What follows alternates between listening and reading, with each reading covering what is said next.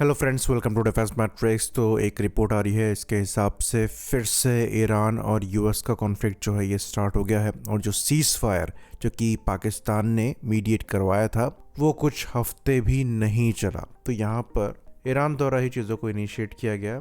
जैसे कि seize fire agreement के अंतर्गत कहा गया था कि जो स्ट्रेट ऑफ हॉर्मूज है वो ओपन रहेगा, लेकिन ईरान ने वन वे अटैक ड्रोन्स का इस्तेमाल करते हुए Singapore flagged cargo vessels MV ever lovely और MT कीगो को टारगेट किया जून 25 और जून 27 को, जिसके बाद यूएस ने इसको रिस्पॉन्ड किया और यूएस सेंट्रल कमांड द्वारा वेव्स में ईरान पर अटैक किया गया और फिर ईरान ने भी इसको रिस्पॉन्ड किया।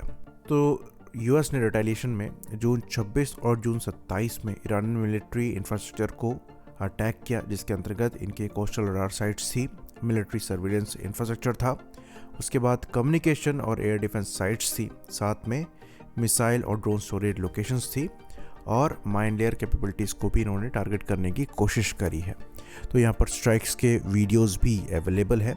और फिर इनकी स्ट्राइक्स को रिस्पॉन्ड करते हुए इरानियन रिवॉल्यूशनरी कोर गार्ड्स ने यूएस मिलिट्री बेसिस पर भी स्ट्राइक करी, जो कि कुवैत और बहरीन में थे। तो ईरान द्वारा बराज में बैलिस्टिक मिसाइल्स लॉन्च करी गई, साथ में कामिकाजे ड्रोन्स लॉन्च किए गए इन बेसिस में। तो बहरीन में यूएस नेवी का एक बड़ा बेस है, तो पोर्ट सलमान जिसे कहा जाता है, वहाँ पर यूएस नेवी की 5th फ्लीट का हेडक्वार्टर है और नेवल फोर्सेस सेंट्रल कमांड है।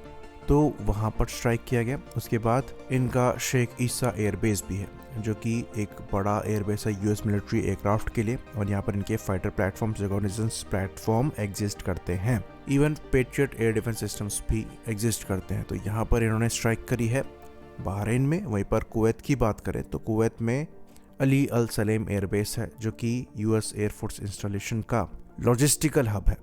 वहीं पर दूसरा अहमद अल जबेर एयरबेस जो है, वहाँ पर इनके टैक्टिकल फाइटर स्क्वाड्रंस है, स्ट्राइक एयरक्राफ्ट है, और दोनों जगह जो है ईरान ने स्ट्राइक करी है। तो ऑफिशियली जो है Islamabad memorandum of understanding dustbin में जा चुका है। तो ये चीज़ दुनिया के लिए तो सही नहीं है, पर ये एक्सपेक्टेड था। तो जून 17 को ही यहाँ पर एग्रीमेंट हुआ था और 10 दिन में ही यहाँ पर सीज फायर वायलेशन हो गया है। इवन जब ये एग्रीमेंट हो रहा था तब भी पाकिस्तान के जो प्राइम मिनिस्टर है शहबाज शरीफ के फेस पर दिख गया था कि वहाँ पर क्या चल रहा है, और उसके कई मीम्स भी निकल कर सामने आए थे। तो शुरुआत से ही ये चीज़ नज़र आ रही थी कि ये ज़्यादा दिन तक लास्ट करेगा ऐसा मुश्किल है। पर ये एक 14 पॉइंट का इंटरिम फ्रेमवर्क एग्रीमेंट था। सबसे पहला जो इम्पोर्टेंट पॉइंट था वो ये था कि तुरंत हॉस्टिलिटीज़ जो हैं ये हॉल्ट कर ली जाएंगी, स्ट्रेट ऑफ हॉर्मूज को ओपन किया जाएगा। उसके बाद यूएस ने भी अपना ब्लॉकेड हटा दिया, लेकिन ईरान ने इसको वॉयलेट किया था स्ट्रेट ऑफ हॉर्मूज से पास हो रहे शिप्स को टारगेट करके। तो यहाँ पर ईरान के लिए भी अच्छी चीज़ें थी।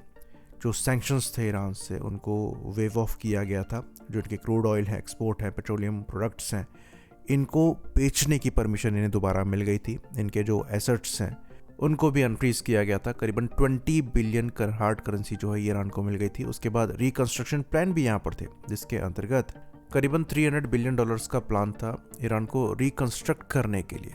बाकी ईरान ने एग्री किया था कि वो अपने न्यूक्लियर प्रोग्राम को लेकर स्टेटस को मेंटेन करेंगे।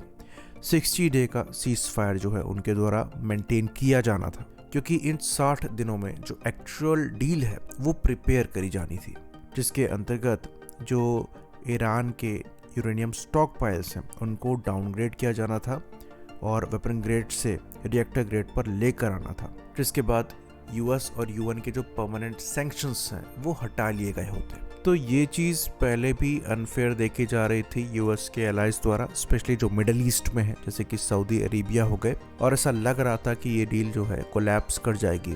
ईरान के लिए ये बेनिफिशियल थी, लेकिन दूसरी मिडल ईस्टर्न कंट्रीज़ का ये मानना था कि इसमें ईरान की जो प्रॉक्सीज हैं उनको लेकर कोई एग्रीमेंट नहीं है। तो अगर हम स्टेटस को की बात कर रहे हैं तो इसका मतलब ये है कि जो ये प्रॉक्सी फंड करते हैं वो करते रहेंगे, जो वेपन सप्लाई करते हैं वो करते रहेंगे, और इससे इजराइल को भी परेशानी थी। तो यहाँ पर ऐसा देखा जा रहा था कि कुछ इंसिडेंट्स हो सकते हैं जो कि सीज़फायर को वायलेट कर सकते हैं और अल्टीमेटली हॉस्टिलिटीज़ जो है ये दोबारा से रिज्यूम हो जाएंगी, और वही हुआ। तो यहाँ पर ग्लोबल क्राइसिस जो चल रहा है अब इसको फिर से बढ़ावा मिलेगा, और अब देखना होगा कि यहाँ पर दोबारा से सीज़फायर हो सकता है या नहीं। इसी बात पर इस वीडियो को हम ख़त्म करेंगे। लाइक करिए, सब्सक्राइब करिए। जय हिंद।